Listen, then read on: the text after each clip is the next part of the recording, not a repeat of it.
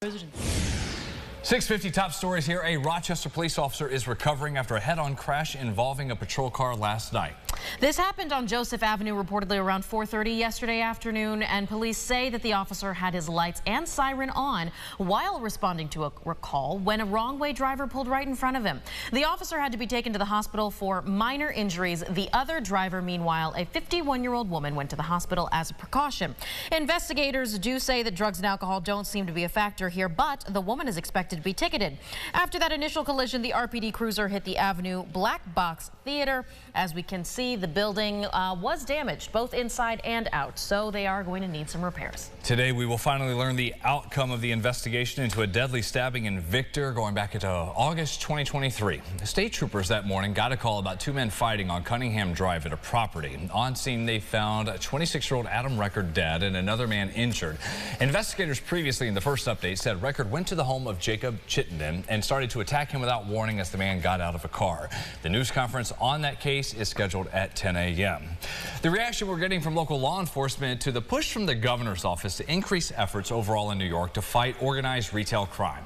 News 8 was able to catch up with the Monroe County Sheriff's Office. We were able to ask how their leaders are responding to this news and any potential changes. Aron Spitzer has their answer. Aron. A lot of what Governor Kathy Hochul discussed in the proposal at the State of the State address includes the launch of a joint operation between federal, state, and local law enforcement. She announced a new state police unit focusing on organized retail theft, something the Sheriff's Office says it's been working on. In 2023, deputies ran 4 retail details between last summer through the end of the year. Multiple stolen cars and nearly $30,000 were recovered. More than 200 arrests were made. Deputies say this is labor intensive and feel it might not be enough to get to the root of the issue. Those warrants would be put out, they would be picked up on the warrants, and because the underlying charge wasn't a bailable offense, they get another appearance ticket that they don't show up on. And it's a never-ending cycle. So if I were looking to put together a plan to help reduce retail theft, I would look at that repeat offender status. I would look at things you can do to stop people who we catch from reoffending. I'll tell you, on 4 of the details that we ran, two times we caught people more than 3 times during that detail. The governor also proposed helping business owners alleviate some expenses for additional security costs through a tax credit and promised to work with the legislature to strengthen penalties for assaulting retail workers and aiding in the sale of stolen goods online. Guys, back to you.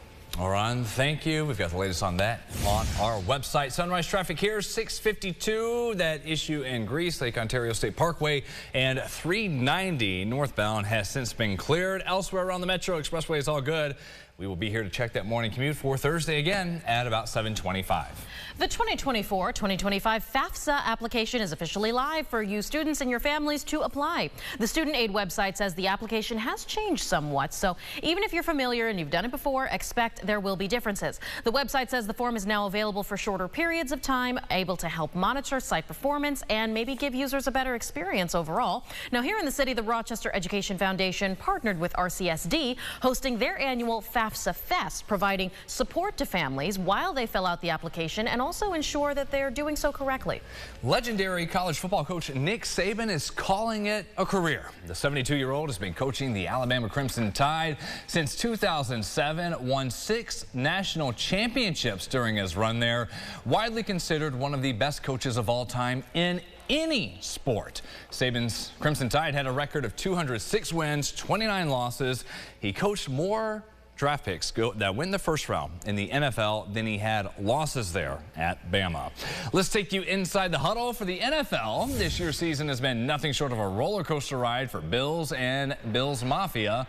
6-6 at one point, right? Doubting they'd make the playoffs. Now they're the number 2 seed in the AFC after rattling off 5 straight wins. Josh Allen thinks Buffalo is hitting the peak at just the right time as they get ready to make a run for a Super Bowl.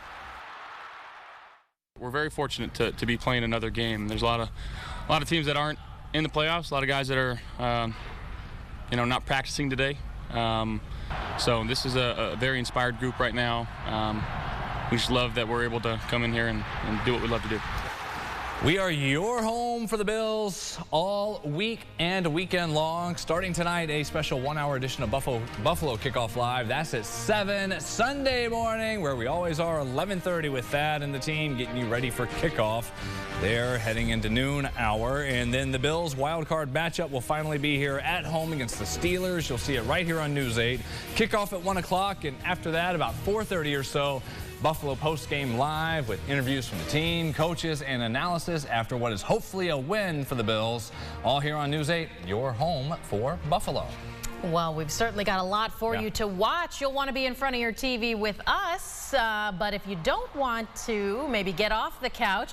This could be the best chance for the forecasted inclement weather, though the ticket prices are still going down. Several available in the 300s, starting in the low $100 range. Now, not to get ahead of ourselves, but if you want to plan ahead for any possible divisional round games, those tickets are already on sale, and those start around $450. What's that wind chill for Sunday, James? Yeah, zero. Zero. Yeah. Yikes. I will take the furnace at home. Exactly. More reason to watch us. Yeah. You can be toasty at home. You don't have to spend all that money. You're welcome. I was talking to a friend that tried to wear one of those electronic heater jackets in the stadium. They don't allow them anymore, They right? said you had to take it off. Couldn't wear it in the stadium.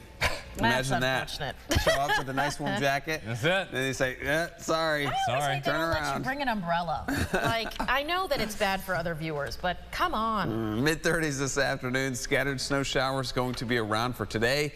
But unlikely we see any accumulation outside of the grassy surfaces. Tomorrow, a little bit of a break for most of the day. And then here we go. High wind watch in effect for the weekend. Oh, man. That's a lot. But thank you for sharing your morning with us, everyone. We'll see you back here in half an hour. CBS Mornings up next at 7. Follow News 8 wherever you are on RochesterFirst.com, Facebook, Twitter, and on our app for news and weather.